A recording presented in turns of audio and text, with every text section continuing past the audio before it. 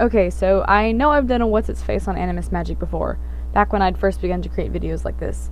But honestly, I can't get half a minute into that video without melting into my desk, and since I still feel strongly about this topic, and since there's a lot of Animus speculation going around right now, I feel like it's a good time to bring it back to the table. As I mentioned, I hate listening to the older videos I've done, so I haven't even listened to the What's Its Face on Animus Magic that I did before. I may repeat something this time around, but hey, at least it'll have better audio quality. Also, before we get started, spoiler warning. Animus Magic was a big part in the second arc of Wings of Fire, not to mention Darkstalker, so there's not much I can do to get around spoiling something.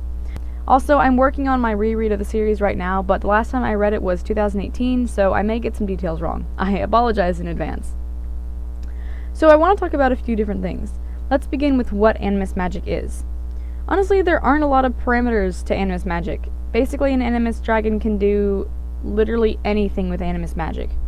At first we thought it only applied to inanimate objects, so anything living like a dragon couldn't be directly enchanted. Of course, there were always ways around that, like enchanted jewelry or something, but at least there was a limitation. Then Darkstalker discovered that you can in fact magic dragons, and everything else.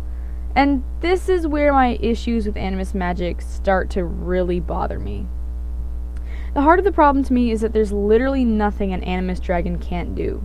I usually try not to be negative in my critiques because I do hate all the negativity out there, but just this once, I can't help but say that there's a lot of problems with the concept of Animus Magic. But wait, you say, Animus Magic does have limitations. The Animus slowly goes crazy over time. They pay with their soul. For this I have two arguments. First, this limitation does affect the dragon personally, but story-wise, it doesn't do much to restrain an Animus. I mean, look at the havoc Albatross caused when he went mad. Then, you had a superpowered dragon who literally had no sense of morality or rationality.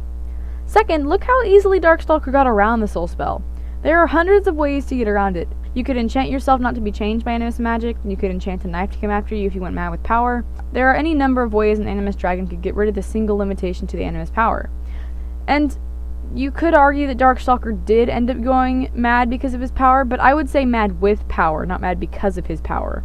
Darkstalker was a very ambitious dragon, and so I feel like whether or not he was an Animus, if he had had any kind of power that was just too much like that, I feel like he would have gone mad. Not to mention, everyone was always kind of expecting him to be evil. Like, Clearsight had those visions of him, and his dad never really liked him, so that might have had something to do with it too. I don't think Animus Magic was the sole cause of his rampage. And questions of morality aside, Animus Magic is also a killer for a story. I sort of think Tui didn't quite foresee how Animus Magic would turn out when she introduced it to the series. She even said that Arc 3 wouldn't have any Animus appearances because it had completely taken over the story in the second arc. I mean, how do you fight a super dragon who can literally do whatever they want? I mean, the story automatically ends. Now, of course, what ended up going down was a super dragon who wasn't ambitious or clever enough to get it done, because otherwise, how does the story progress? And I'm not trying to be negative. I mean, the second arc is genuinely my favorite because it was engaging and funny and had a good character, had good villains, had great main characters. But, for example, if I was Darkstalker, the Ice Wings wouldn't have gotten sick. They would have all died immediately. No questions asked, no second chances.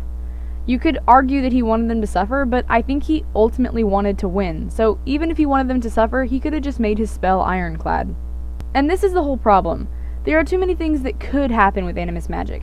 As I keep saying, there's literally nothing between an Animus and world domination. Like, he'd have to say one spell.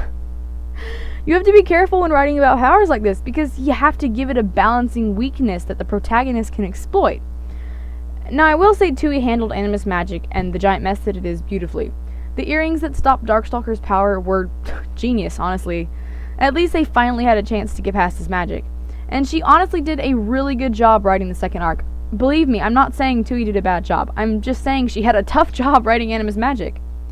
To sum it up, I think Animus Magic is just too much. It's too powerful and too uncontrollable and too unpredictable. It makes writing tricky. So, before I talk about the art, I would like to say a little bit how I might reconstruct Animus powers if I was writing Wings of Fire. This isn't because I think I could do a better job than Tui, it's just because I don't believe in complaining without offering a solution. So one of the first things I might alter is how unlimited the power is. An Animus dragon might, say, age a certain amount of time for every spell they cast. They might lose a certain amount of energy for it, although that's used a lot, so it's kind of cliche. They might be born with a limited amount of spells. They might have to train for years for their minds to be able to clear enough to cast the spells. I mean, limitations like these only make the power more interesting. changing this small but important detail fixes the majority of the problems occurring due to Animus Magic, in my mind. Other things that might change but don't absolutely need to go might include the ability to enchant other dragons, at least directly. I might make them incapable of helping themselves with their magic. Perhaps only one Animus dragon could exist at a time. All these ideas just help spice up the concept of Animus Magic, which at its core is a good idea. It could be used to give a great deal of variety and interest to the series. Not that it, didn't. I mean, we all saw what happened in the second arc. Overall, I think Animus Magic isn't a bad concept. I don't think it was a mistake to introduce it to the series. I just think it became a crutch in some cases, and in others it was a hindrance. It needed some changes. That being said, the second arc was amazing. Go reread it and fully appreciate Keebly as the best character. Keebly would have been a brilliant Animus. Before I finish up, let's talk about the art a little. I wasn't sure what I wanted to do with the background on the piece, and as you can see I actually exported 2 versions because I couldn't decide which one I liked more. In the end, I decided on the shadowy albatross because it went more with the theme of the art, and I hated to throw away the work I put into it. Basically, what I was trying to portray with this piece was Fathom's trauma and fear that he experiences quite heavily in Darkstalker. Fathom was scared to death of a piece of himself, his Animus Magic, because of what happened to Albatross and what Albatross became. Fathom always kind of felt that he had to be watchful lest he become like Albatross. I just love Fathom, and he got an awful round of luck that he didn't deserve. I'm so happy he and Indigo ended up together though, and he ultimately got some peace and happiness. Fathom needs hugs from everyone. That about wraps up this video. Thank you guys so much for watching. I love all of you so much.